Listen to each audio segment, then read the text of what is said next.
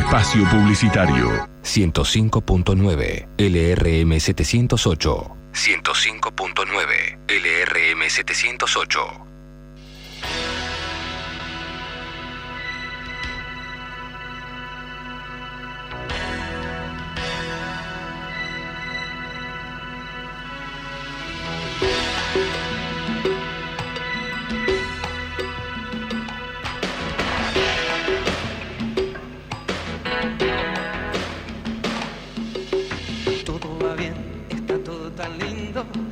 No tengo nada más para quejarme, todo va bien, llegamos al fin de siglo, todos unidos y no nos domina nadie, todo va bien, repletos los bolsillos y los vecinos se saludan en la calle y las promesas del gobierno se han cumplido y seguimos adelante. Por desconfiado me lo tengo merecido, veo fantasmas todavía en todas partes, sigo parado acá en el medio del camino y no puedo bailar la rumba del olvido, sigo en el compás de lo que se me cante y no puedo bailar la rumba del olvido, a mí me gusta más el ritmo del aguante.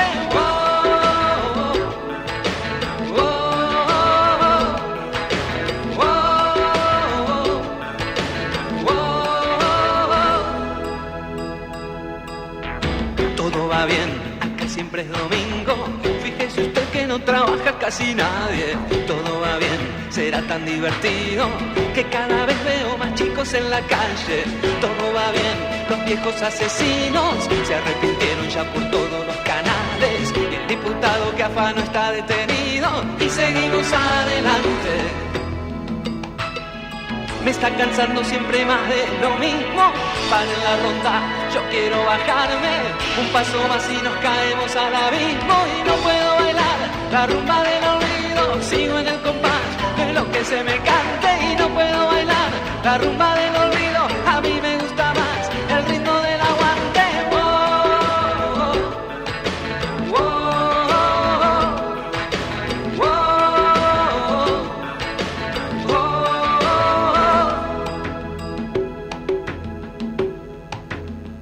Miren de cuántas cosas buenas me he perdido por ser irónico, idealista y militante. Sigo parado acá en el medio del camino y no quiero bailar la rumba del olvido. Sigo en el compás de lo que se me cante y no puedo bailar la rumba del olvido. A mí me gusta más el ritmo del aguante y no puedo bailar la rumba del olvido. Sigo en el compás de lo que se me cante y no puedo bailar la rumba del olvido. A mí me gusta más el ritmo del aguante y no puedo bailar. ¿Qué tal? ¿Cómo les va? Muy, pero muy buenas tardes para todas, buenas tardes para todos, buenas tardes para toditas y buenas tardes para toditos. ¿Cómo está usted, señora Lilia Opaso? Buenas tardes, Aníbal. Estoy muy, pero muy bien como todos los días. Me alegro mucho. Lunes nuevamente. Lunes otra vez sobre la ciudad. Otra vez. Decían los chicos de Sui Generis. Así es. ¿Qué tal, Alejandro? ¿Cómo está usted? Bien. Tiene cara de lunes. Me alegra muchísimo. Ante todo, si me permite, Opaso, quiero enviarle un gran saludo a Osvaldo Contreras y a su esposa, que ayer fueron anfitriones. Pasamos un gratísimo momento charlando de política, de cuestiones. Así es. Del orden local, de todo un poco, e incluso de misceláneas. Sí, la verdad que fue una tarde, pasamos unos momentos muy lindos. Bueno, cariños a la familia Contreras, la verdad que son excelentes anfitriones. Así es, Maricel y Osvaldo, un beso para ellos. Esta mañana nos convocaron del cable y de la radio, de una radio colega, de Radio Ibiza, vamos a decirlo. Sí. Y nos hicieron una nota como Frente Ciudadano. Osvaldo Contreras estuvo también compartiendo la nota con nosotros. Hoy va a salir en el noticiero del mediodía, pero no dio el tiempo, va a salir mañana. Y sí estuvimos en los estudios en vivo ahí de la radio charlando con Pablo Amadei. Así es. Para comunicarte con nosotros, llama al 3471 al 1550 40 56. O escribí en nuestro muro, buscanos como El Ritmo del Aguante, o hacerlo en nuestro correo electrónico, elritmodelaguante@hotmail.com. Muy bien, han pasado 14 minutos de la hora 15, vamos a presentarnos rápidamente. Alejandro Goffredi nos pone en el aire, Lilia Opaso y quien te habla, Aníbal Rullán, con nuestro economista Roberto Rojas. Todos nosotros, aquí en el aire de la 105.9 FM La Base Radio del Plata, compartiendo este huequito de la tarde que hemos intitulado El ritmo del aguante. Todo va bien. Siempre es domingo, fíjese usted que no... Un año en la vida de una persona pareciera poco tiempo. Un año son 365 días en los cuales uno a veces, cuando vive apresurado, cuando está ocupado con muchas cosas, pareciera que se va como el agua entre los dedos, que desaparece, como si fuera nada. Un año, uno dice, bueno, un año más, un año menos, un año que pasó. Sin embargo, para una persona que es privada de su libertad y además esta privación es ilegítima, ilegal, un año es una eternidad. Hoy se cumple justo un año desde que detuvieron irregularmente a Milagro Sala, esta luchadora jujeña, esta mujer, esta india, originaria, esta negra, que para algunos no tiene los mismos derechos que el resto de los ciudadanos. Por ejemplo, ella no cuenta con el derecho de la presunción de inocencia. A ella no le corre la general de la ley que señala que nadie es culpable hasta que se demuestre lo contrario, o, dicho de una manera más correcta, que todos somos inocentes hasta que se pruebe nuestra culpabilidad. Para Milagro Sala esto no corre. Ella está presa desde hace 365 días por un señor que cree que ganó las elecciones en su provincia para convertirse en monarca, o como dice Gustavo Silvestre, en el emperador Gerardo Morales I de Jujuy. Y este hombre, además, tiene lazos y connivencias con el Poder Judicial de su provincia, con el gobierno de la nación, al punto tal de desoír las órdenes y los mandatos de los organismos internacionales. Hoy se cumple un año desde que Milagro Sala está detenida ilegalmente. Nosotros, desde el ritmo del aguante, decimos libertad ya a Milagro Sala. Tenemos también por allí para compartir con ustedes el audio, la voz de la defensora, de la abogada defensora de Milagro Sala, que nos cuenta unas cuantas cositas a las que hay que prestar mucha atención, como todo lo que tratamos de contarte nosotros desde aquí, porque a veces estas cosas las trasladan o las transmiten a la opinión pública solamente algunos pocos medios. La mayoría de la corporación mediática forma parte del hermetismo de este gobierno para contarte la realidad. Vamos a escuchar a la doctora que defiende, a la abogada que defiende a Milagro Sala en este vergonzoso caso en que una mujer, sin que se haya probado todavía absolutamente nada en su contra, y lo que se ha probado y por la cual se la ha condenado es absurdo y es en base a falsos testimonios y al armado de pruebas, bueno, la abogada que defiende a Milagro Sala tiene para contarnos las irregularidades de este caso y cómo involucran al gobierno nacional y forma parte de una metodología a la cual nosotros repudiamos enérgicamente.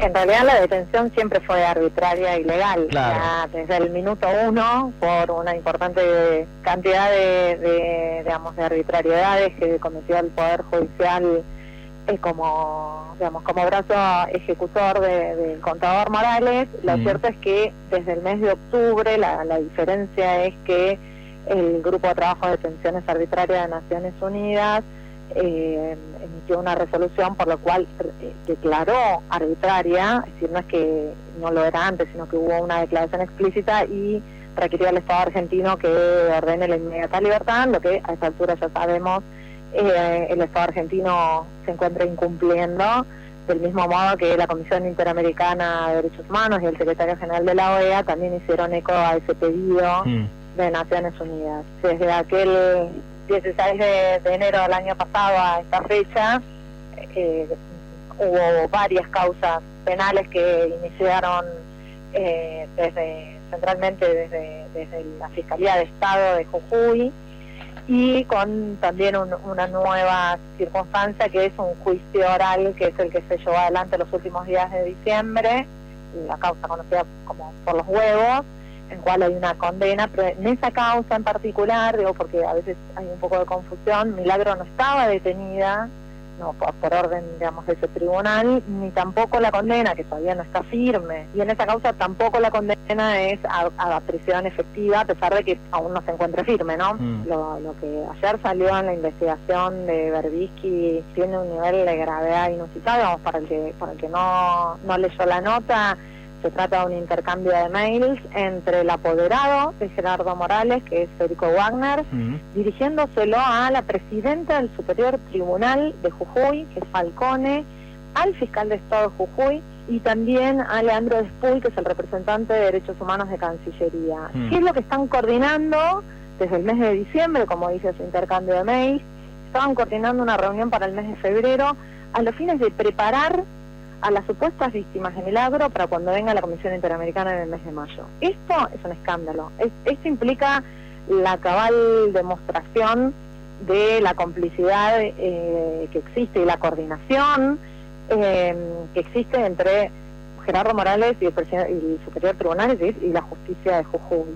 Pero además, imaginen ustedes que nosotros como defensa tenemos 2 recursos ante el Superior Tribunal que tienen que resolver si nos conceden unos recursos ante la Corte Suprema de Justicia. ¿Qué podemos esperar nosotros? O sea que ya hace un tiempo muy largo, no esperamos nada del Poder Judicial de Jujuy, pero ¿qué podemos esperar de que la presidenta de ese Superior Tribunal articule acciones que son absolutamente ilegales, que seguramente constituyen delitos, y que demuestran la coordinación para generar presión ante un organismo internacional que tiene una estafa a la Comisión Interamericana? Esto tiene una gravedad que, digamos, deberían renunciar todos los, digamos, debería renunciar la presidenta del Superior Tribunal, debería renunciar después. Esto es una vergüenza internacional, pero además es una vergüenza internacional, es la cabal demostración del hostigamiento y la persecución política de Milagro Sala. Leandro Despuy es el representante del Estado argentino en materia de derechos humanos. Y es quien está coordinando cómo estafar a la Comisión Interamericana de Derechos Humanos con la presidenta del Poder Judicial de Jujuy y con el fiscal de Estado y con el apoderado Gerardo Morales. Lo cierto es que mayor demostración de la coordinación y de la connivencia del gobierno de Macri con el gobierno de Morales en el caso de Milagro que este intercambio de mails no pudimos encontrar a lo largo de todo este año. Entonces, la idea de que es un problema de Jujuy o del contador Morales, ya quedó demostrado la complicidad o la coordinación o la corresponsabilidad, digamos, porque no se trata de una complicidad del gobierno nacional en este tema. El ministro de Justicia, Germán Garabano, de algún modo viene sosteniendo eso a lo largo de todo este año, más allá de que todos hemos escuchado 2 declaraciones en particular de él, una diciendo que él, digamos, que tiene que demostrar su inocencia. Milagro Sala es la única ciudadana argentina que se le cambian las reglas del juego, es decir, que no es inocente hasta que se demuestre lo contrario, y por otro lado comparó una comparación bastante nefasta, la prisión preventiva de Milagro con los años que tienen de prisión preventiva los genocidas y responsables del terrorismo de Estado.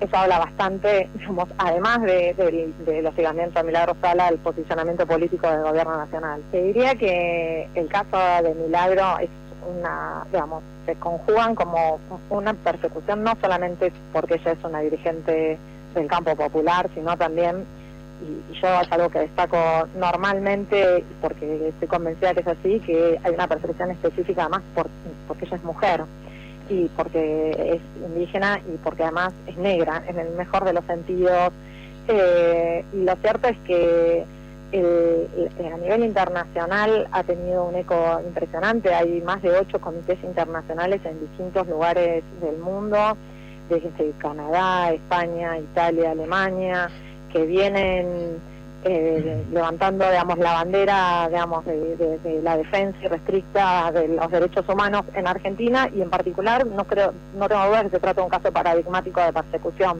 Y en ese sentido creo que el lugar de como mujer, perseguida como mujer, incrementa el acompañamiento de los distintos comités y de los distintos, no solamente los distintos comités. Recordemos que cuando vino Trudeau, el primer ministro de Canadá, fuera de agenda, en la Casa Rosada, en la conferencia de prensa, Trudeau le hizo una manifestación específica al presidente de la Nación, reclamando el cumplimiento de Argentina de la resolución de Naciones Unidas. En algún punto esto, el caso de Milagro es como la cabal demostración del retroceso que estamos teniendo en materia de derechos humanos en nuestro país.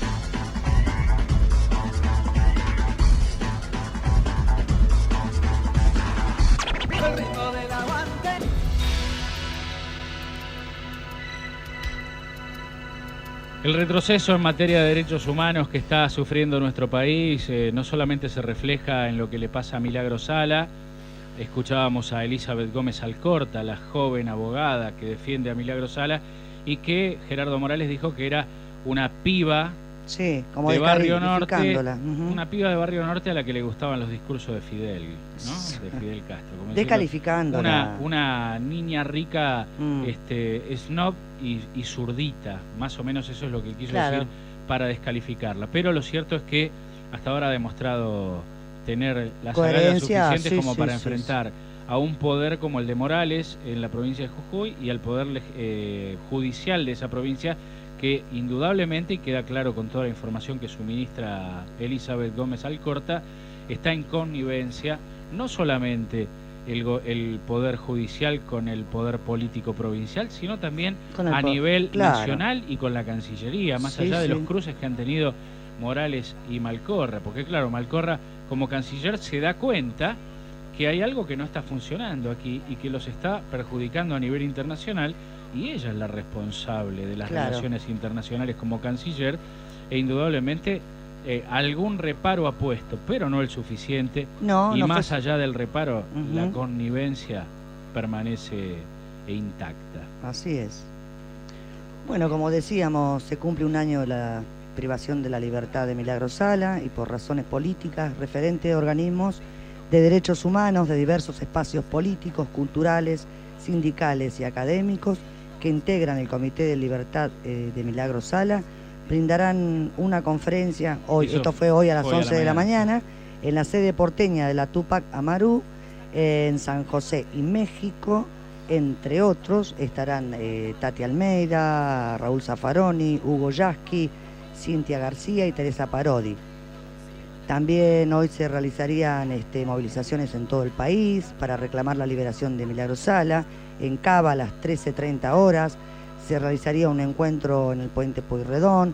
En San Salvador de Jujuy habría una olla popular frente al penal de mujeres de Alto Comedero, donde la dirigente social lleva un año privada de su libertad. Bueno, eso era más o menos la movida que se estaba y se está realizando en el país a raíz de su detención, que ya, como dijimos, lleva un año detenida.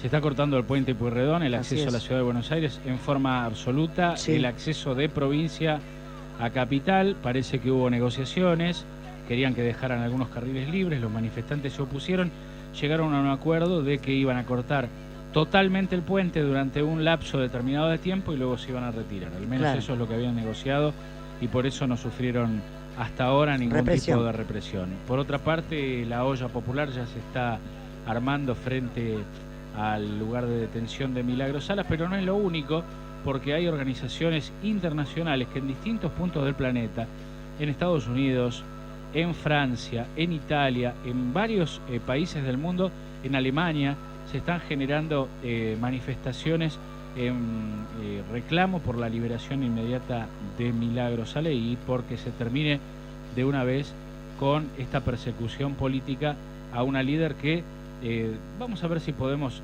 tener bien armado y bien coordinado el trabajo que ha hecho Milagro Sala en Jujuy para contárselo a la gente, porque mucha gente se lleva, por lo que escucha, no conoce su obra, lugares, ¿no? Porque se han encargado de demonizarla, digamos, de alguna manera. En muchos lugares está TN todo el día y entonces la gente absorbe lo que te den el extracto. Claro, sí, pero no conoce en realidad la obra de Milagro Sala, que es inmensa, en escuelas, en viviendas. centros, exactamente, viviendas, centros recreativos, educativos. Piletas. Así es, mañana vamos a hacer un trabajito finito y vamos a traer en detalle todo lo que ha hecho Milagro allí en Jujuy. Así es, y por lo cual obviamente le tienen bronca. Y yo te voy a decir muy lisa y llanamente cuál es la situación y por qué este ensañamiento con Milagro Sala. Cuando el Estado interviene en viviendas, en centros recreativos, en centros educativos, en centros de salud, ¿qué sucede? Hacen la obra y se quedan con el vuelto. Claro. Por decirlo elegantemente. Hay sobreprecios, hay curros, se hacen negociados con algunas empresas. Cuando el Estado no tiene participación en eso, porque lo hace una organización social, entonces el Estado se queda sin el curro.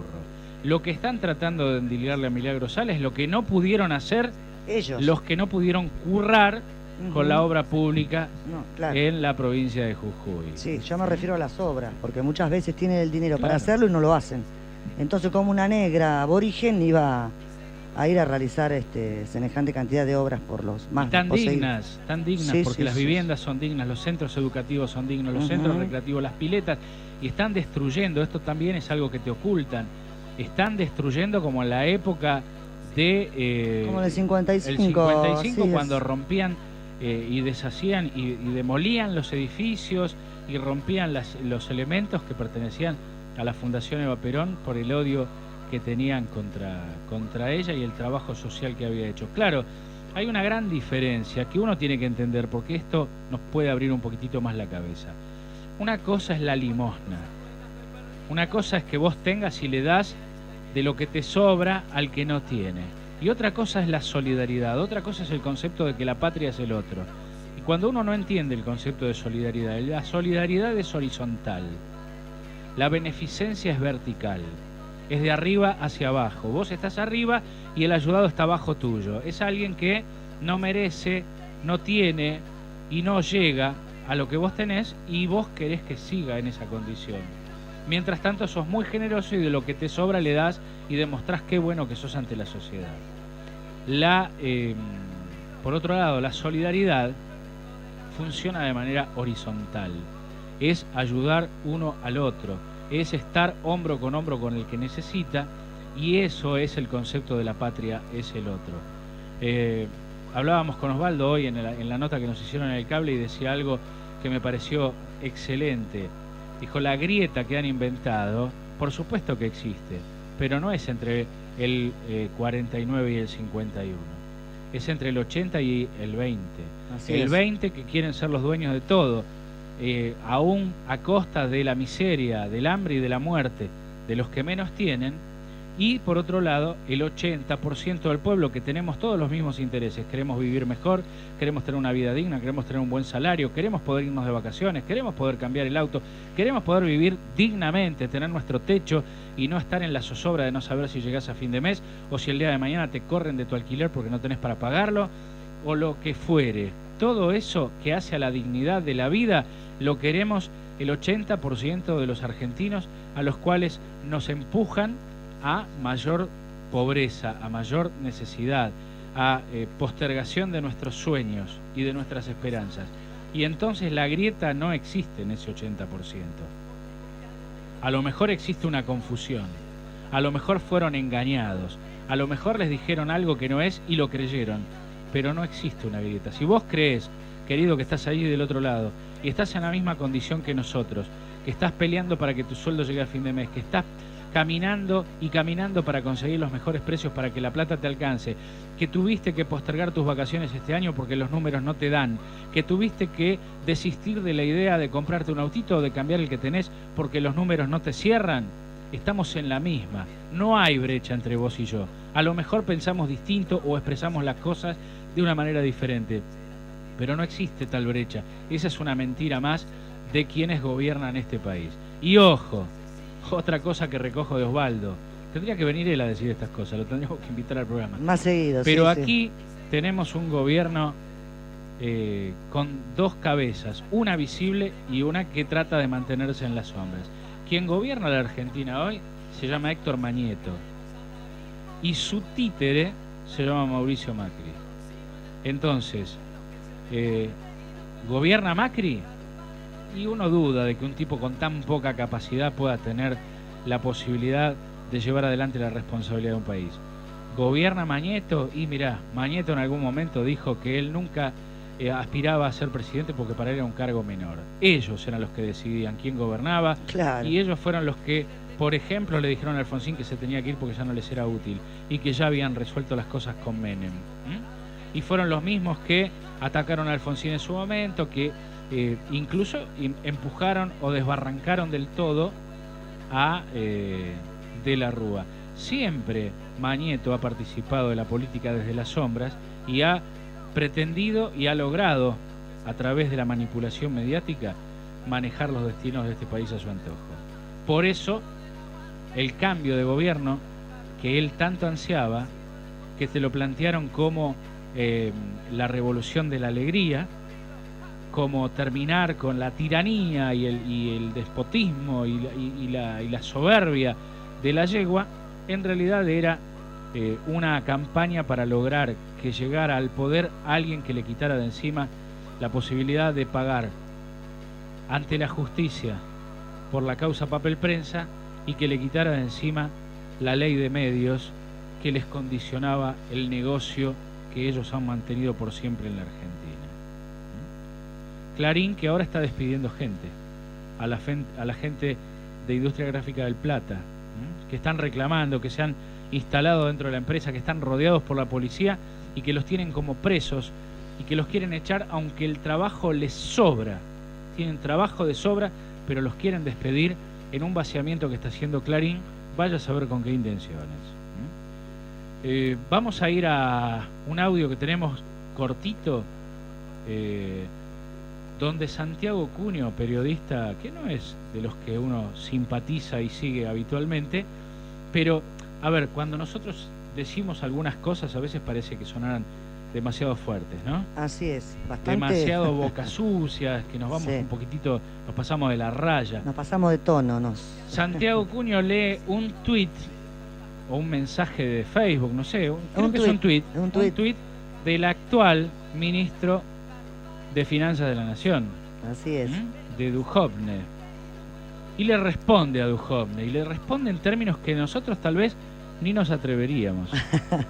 Escuchá lo que dice Santiago Cunio sobre el tuit, pero prestá atención a lo que dice el tuit de Duhovne, que hoy maneja la economía en la Argentina. Que es lo que lo enoja al periodista ¿no?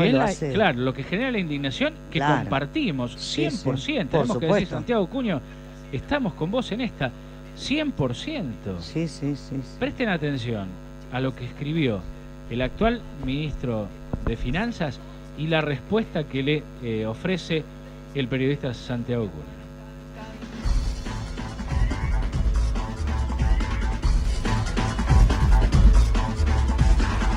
Bueno, combata el hambre y la pobreza, coma sea un pobre.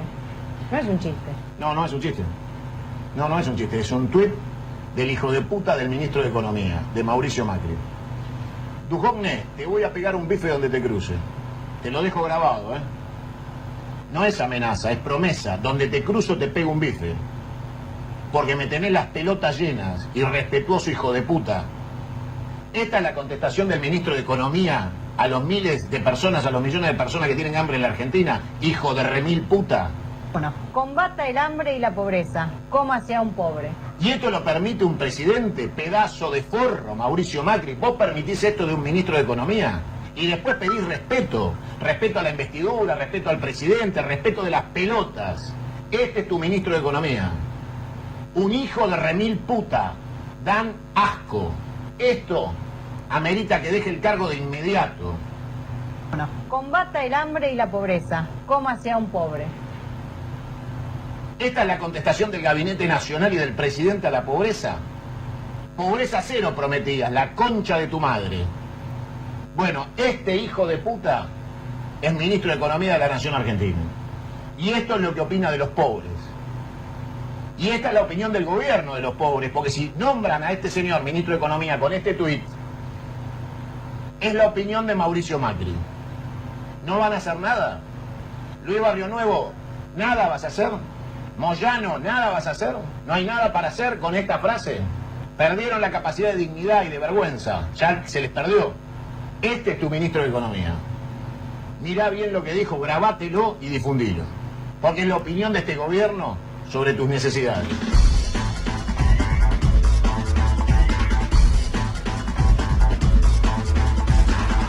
El ritmo del aguante.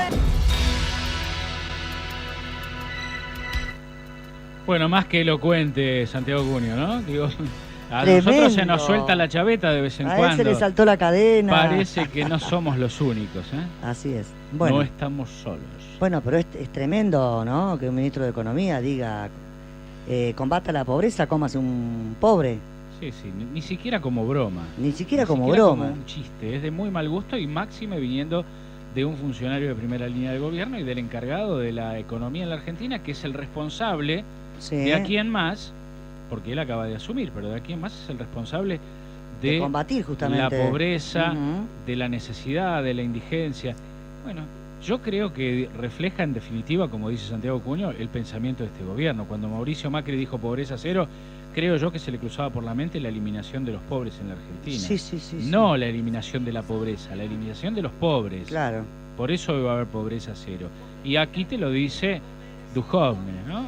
Si querés eliminar la pobreza, comete un pobre. Digo, ni siquiera como broma de mal gusto. No, no, para nada. La respuesta de Santiago Cunio enérgica, digo, nos sirve también para entender que a veces cuando se nos suelta un poco la cadena, no estamos solos en esta cuestión. Así es, no somos los únicos, ¿no? Con respecto a lo que estaba sucediendo allí en el Bolsón y en Chubut, también anda por allí un audio donde este mismo periodista Sí. se expresa Mañana lo fuertemente. mañana lo vamos a editar y Sí, vamos sí. a pasar. Y porque no vamos- cuentas graves, cosas graves, ¿no? Que muy suceden graves, allí. muy serias.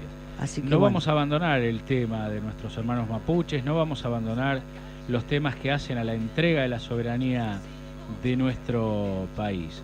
Pero ahora vamos a ir sí a la música, porque ya nos hemos pasado 43 minutos de la hora, todavía tenemos la nota con nuestro querido Roberto Rojas, que no queremos desaprovecharla, pero vamos a ir a la música con un grande que nos dejó. Ah, sí. Esta semana le vamos a dedicar nuestro espacio musical al maestro Horacio Guaraní. Y hoy creo que para comenzar esta semana de homenaje a Horacio Guaraní, vale la pena poner como punto de partida un tema que hace al momento que sentimos que está sucediendo. De todos modos, quiero hacer una pequeña aclaración. A un cantor se lo puede callar persiguiéndolo, pero va a seguir cantando aún desde el exilio. Por supuesto. A un cantor se lo puede pretender callar, a un cantor, a un poeta, un actor, a quien dice la ujú. verdad,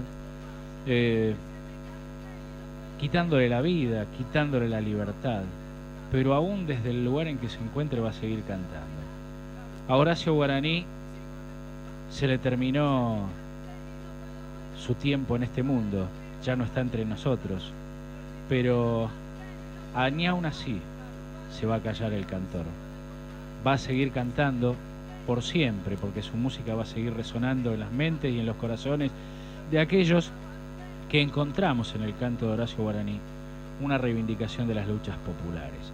Por eso, nuestro punto de partida, nuestro homenaje a Horacio Guaraní es este: Si se calla el cantor.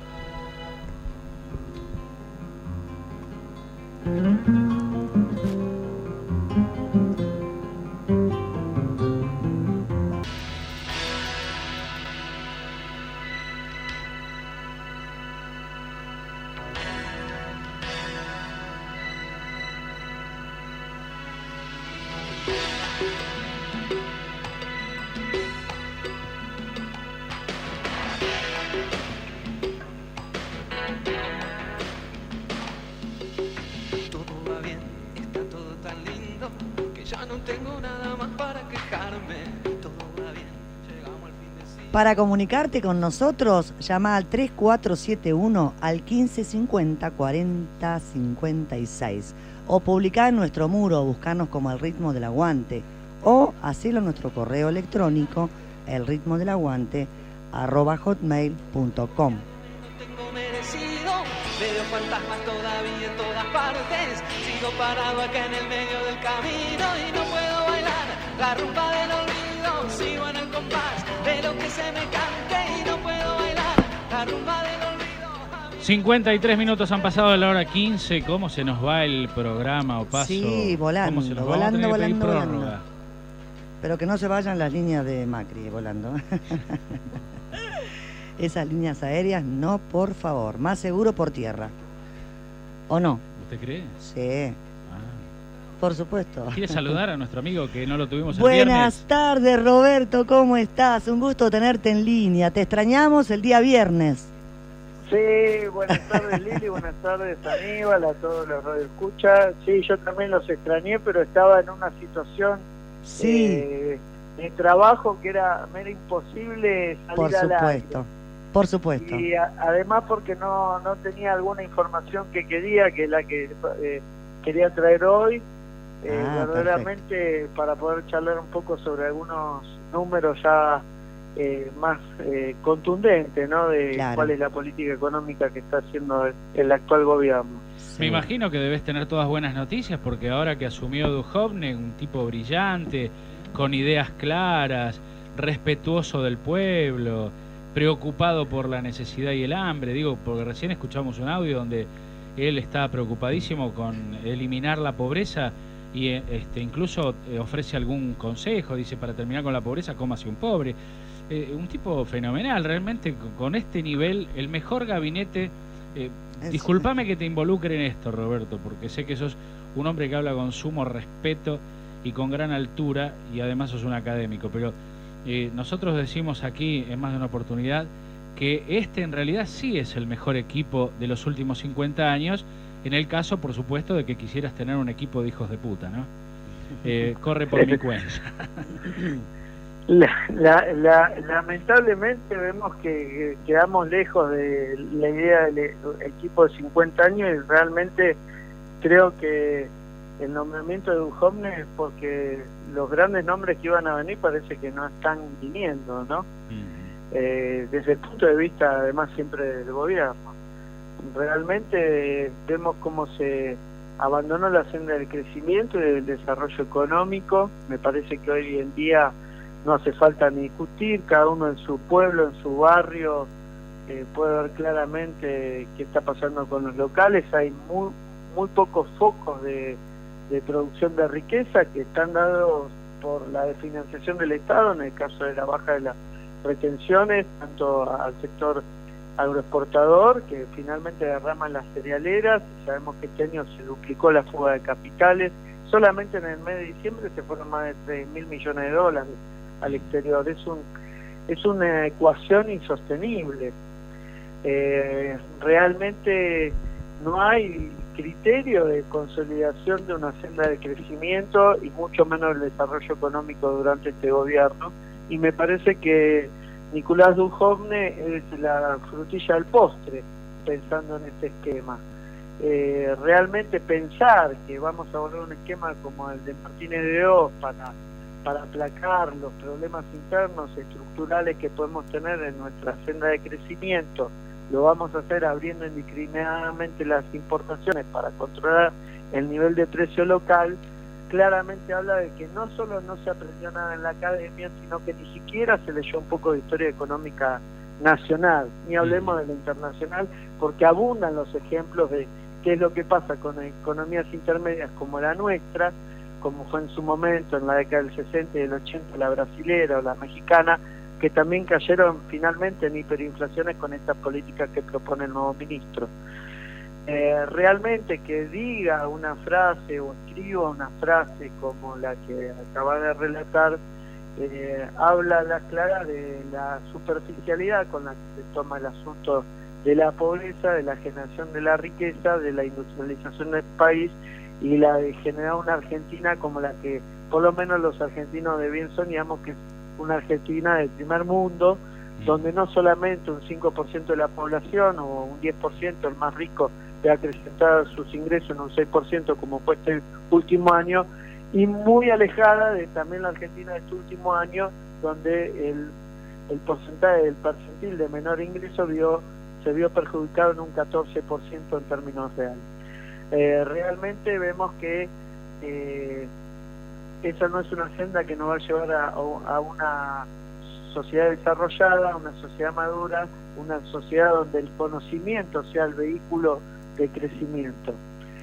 Es lamentable tener que a esta altura, con todo lo que ha costado, y ha costado vida de argentinos, y todos sabemos lo que pasó en la década negra de la dictadura militar, en el 76 en adelante, y que realmente se han perdido vida en esa lucha de ideas, y que hoy en día tengamos que pensar nuevamente en que la pobreza es un problema a eliminar eliminando pobres, ¿no? Pues finalmente lo que está trasluciendo a través de esta frase.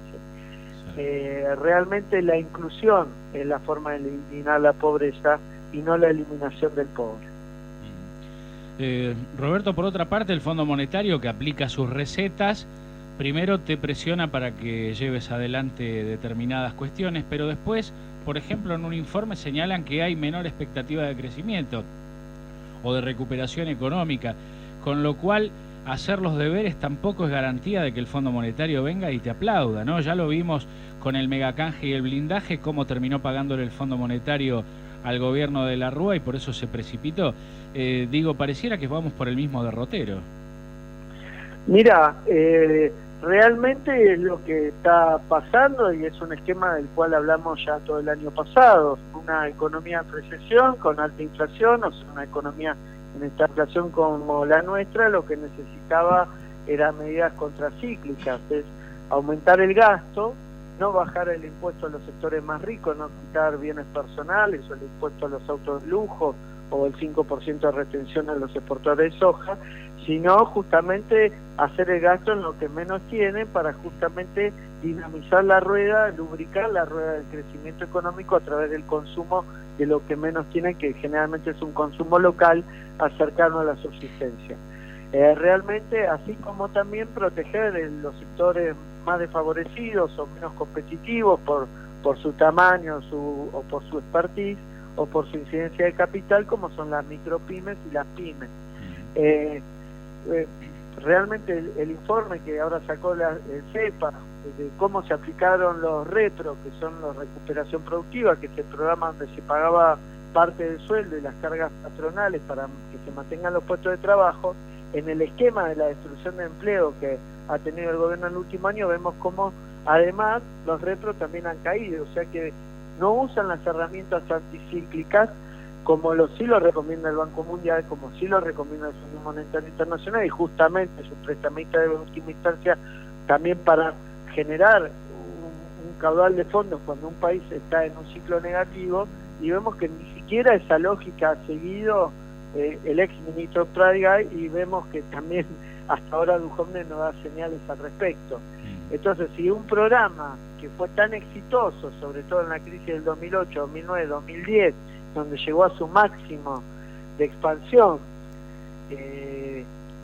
no se aplica, tampoco se aplica el aumento del gasto, vemos que se recorta los jubilados, vemos que se recortan los programas de Netbook, vemos que se recortan los programas más importantes y no se consiguen justamente cuestiones que vehiculicen el consumo, como quitar el 5% del IVA a los que pagaban con la tarjeta de débito.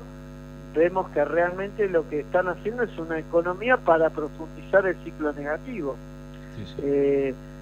Te puedo dar algunos datos, por ejemplo, en el 2012, donde estábamos en una crisis, en el 2009, donde estábamos con una crisis internacional y también en lo local tuvimos la crisis de campo, había 2.779 empresas beneficiadas, y en realidad lo que hacía se defendía el empleo. En los años posteriores fue bajando esto hasta que finalmente de 2013 a 2014, donde el ciclo ya era positivo y había crecimiento, expectativa de crecimiento, pasaron de 2.000 y pico a 219 y 303 empresas. En el 2015, donde crecimos finalmente un 2,5, se asistieron a 412 empresas. Y en el 2016, donde todavía no tenemos el número, pero va a ser un número negativo, solamente se auxiliaron 89 empresas. Con lo cual, vemos que ninguna de las herramientas anticíclicas han sido aplicadas por el ministro Pradgay, y verdaderamente no se han defendido los puestos de trabajo de los argentinos, y es lo que estamos viendo en la calle, y es lo que estamos viendo en la costa también. Sí. Porque está pidiendo está pidiendo por favor el gobierno de la provincia que la gente vaya a veranear a la costa. Nunca jamás se dio una publicidad de esa naturaleza en los últimos 12 años, porque la gente iba masivamente y a veces estaba colmada la capacidad hotelera, no había lugar para caminar en las playas. Ahora está pidiendo la gobernadora personalmente en un spot publicitario que la gente vaya a veranear a la costa. Bueno, hubiera sido bueno que la gobernadora, en vez de irse a veranear a Playa del Carmen, dé el ejemplo, y veranee ella y su gabinete, por lo menos, en las costas argentinas. Pero eso es otra discusión que excede quizás lo económico, pero las señales en economía importan mucho. La otra cuestión es que el diario brasilero en el día de hoy también se han quejado de la poca cantidad de argentinos que hay en el norte de Brasil, porque también está pasando eso. No solamente, creo que Punta del Este fue un éxito la primera quincena, donde van los A1 de la Argentina. Vamos a ver qué es lo que pasa con el resto de la temporada. Lamentablemente el ajuste que se está haciendo, que es un ajuste rarísimo, porque es un ajuste que no se ve, porque tenemos que seguir tomando deuda para mantener el nivel de reserva o quebrar récord de reserva, como tituló algún diario la semana pasada. Vemos que no se ve en que se acomoda el gasto porque aumentó el déficit. Vemos que no se ve en la mejora de la recaudación, porque en el interanual, aún con el blanqueo, dio un 4,6% abajo en términos reales, con lo cual verdaderamente me parece que el dinero se está jugando nuevamente, como ya varias veces hemos sufrido ese proceso en la Argentina, donde algunos sectores muy concentrados se llevan el dinero al exterior a través de cuentas offshore o a través de algún tipo de operatoria extraña, o como remesas de utilidades en el caso de las compañías extranjeras que tienen locales acá, y lo que está pasando es que nada de eso se está viendo en el bolsillo de los argentinos. Lamentablemente este esquema de seguir así, lo que tenemos que tener son todas previsiones negativas de qué es lo que va a pasar con la economía argentina en lo que va a ser el 2017. Claro, vos hablabas de las políticas anticíclicas y creo que hay dos términos que desaparecieron del vocabulario de la dirigencia política o de los que conducen el país hoy por hoy, y son justamente medidas anticíclicas y redistribución de la riqueza. Son dos conceptos que este gobierno no maneja en absoluto, y los descarta y hasta los menosprecia, ¿no? Los pone en la misma bolsa que populismo, dicho despectivamente, cuando sabemos que en todo caso, si uno hace un análisis concreto de lo que ellos intentan definir por populismo, es medidas que apuntan a beneficiar al pueblo, con lo cual no sé cuál es la negatividad del populismo, pero bueno, son criterios, ¿no? Mira, no hay medida más populista que decir que se tiene reserva tomada a través de deuda o a través de tasas astronómicas como han alcanzado la LEVAC, que finalmente lo que te van generando es un déficit para, en el caso de esto que fue el año pasado, que se tocó 38,5% de tasa de las LEVAC o tasa de referencia, que finalmente van a impactar en lo que va a ser el pago de este año. Ese déficit enorme, vamos a ver cómo termina impactando en las arcas nacionales, pero ya este año en deuda vamos a tener que pagar un 11% de PBI, y se está discutiendo que no existió, sino que se redujo el gasto en las universidades, y vamos a ver cómo termina impactando el gasto en la educación en general. Con lo cual, además, en términos reales, sabemos de que se tomó como pauta de inflación para el 2017 un 17%, que es a todas luces un número más que ridículo. Con lo cual, cuando tenga que ajustar los números, muy probablemente vamos a ver al cierre del año, de las cuentas del año, que también ha bajado la inversión en educación, que probablemente pase a ser menor al 6%, que era una meta que se alcanzó con mucho esfuerzo a lo largo de la historia de la Argentina. Roberto, bueno, ya nos pasamos 8 minutos de nuestro horario, y si bien aprovechamos que Radio del Plata está con medidas de fuerza de 10 minutos por los problemas que mantienen sus trabajadores con la patronal, Enseguida viene la conexión con Radio del Plata. Te quiero dejar picando dos temas para tratar la próxima vez que nos conectemos. Una es la coparticipación en las provincias, que se va a empezar a tratar en febrero y que parece que hay algunas modificaciones, y vamos a ver qué genera esto, porque va a haber algún apriete para los gobernadores. Por lo menos le van a exigir que controlen el gasto, que esto ya sabemos lo que significa en el vocabulario del neoliberalismo. Y por otro lado, te quiero dejar picando un tema que a mí me parece muy importante, la cuestión vaca muerta, porque nosotros leímos una nota escrita por el presidente de Forja de Lanús, Omar Gabriele, a quien vos conocés muy bien como oriundo de aquellos pagos. Omar escribió una nota hace más de un año donde señala que el poder mundial no iba a permitir que un gobierno popular estuviera instalado en la Argentina cuando se generara la plena explotación de vaca muerta, porque eso significaba la libertad económica de la Argentina para siempre, no volver nunca más a depender de ningún organismo, ni de estar viendo cómo contamos las chirolas para llegar al final del ejercicio. Te lo dejo picando porque sé que es un tema complejo, pero digo, estas políticas de entrega que está llevando adelante Mauricio Macri me parece que corroboran lo que había escrito hace más de un año Omar Gabriele. Y lo último que sí te pido como una opinión al margen del tema económico es, hoy se cumplió un año de la detención ilegal de Milagro Sales y la semana pasada fuimos sacudidos por lo que pasó con los mapuches allí en el Chubut. Me gustaría conocer brevemente tu opinión ante estas dos cuestiones que me parece que están estrechamente vinculadas. Es una persecución a aquellos que son originarios. La abogada de Milagro incluso dijo que todo esto era porque Milagro era india, porque era negra y porque era mujer. Y lo dijo con sumo respeto, por supuesto. Dijo que esta era la causa fundamental de una persecución tan salvaje como la que está sufriendo esta mujer que lleva 365 días presa. Mira, no hay ningún análisis que hacer con la detención ilegal de Milagro Sala.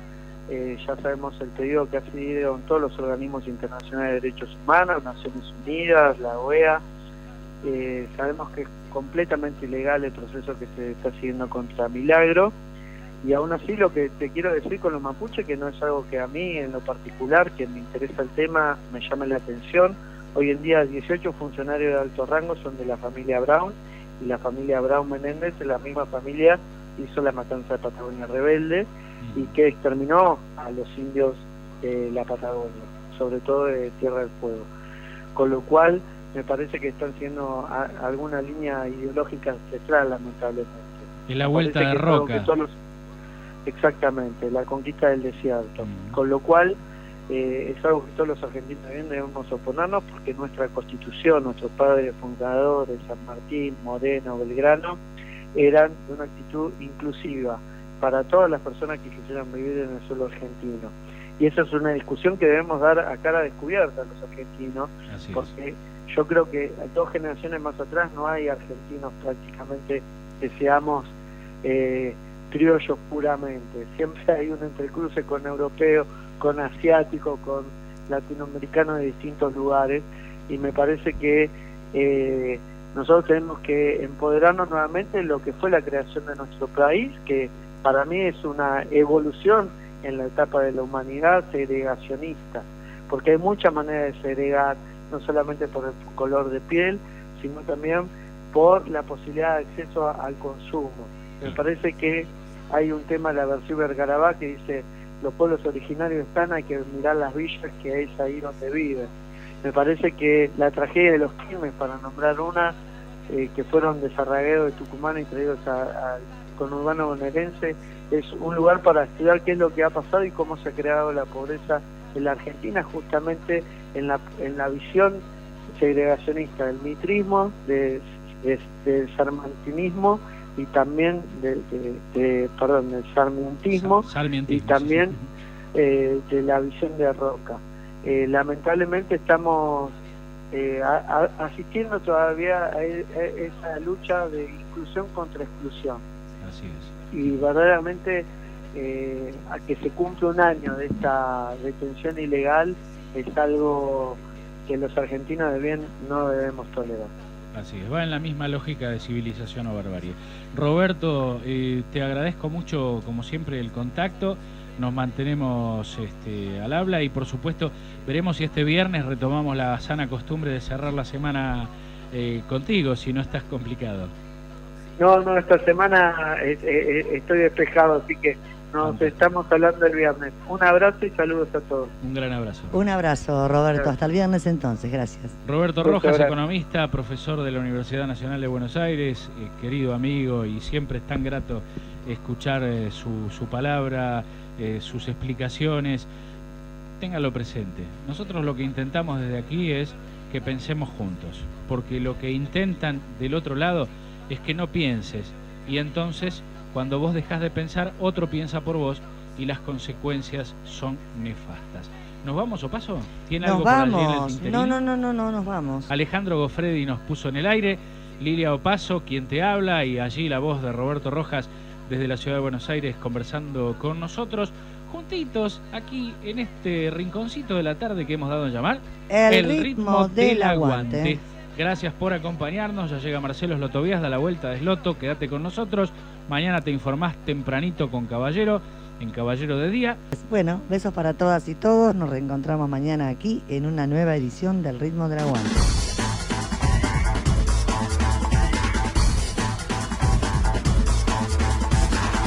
El ritmo del aguante.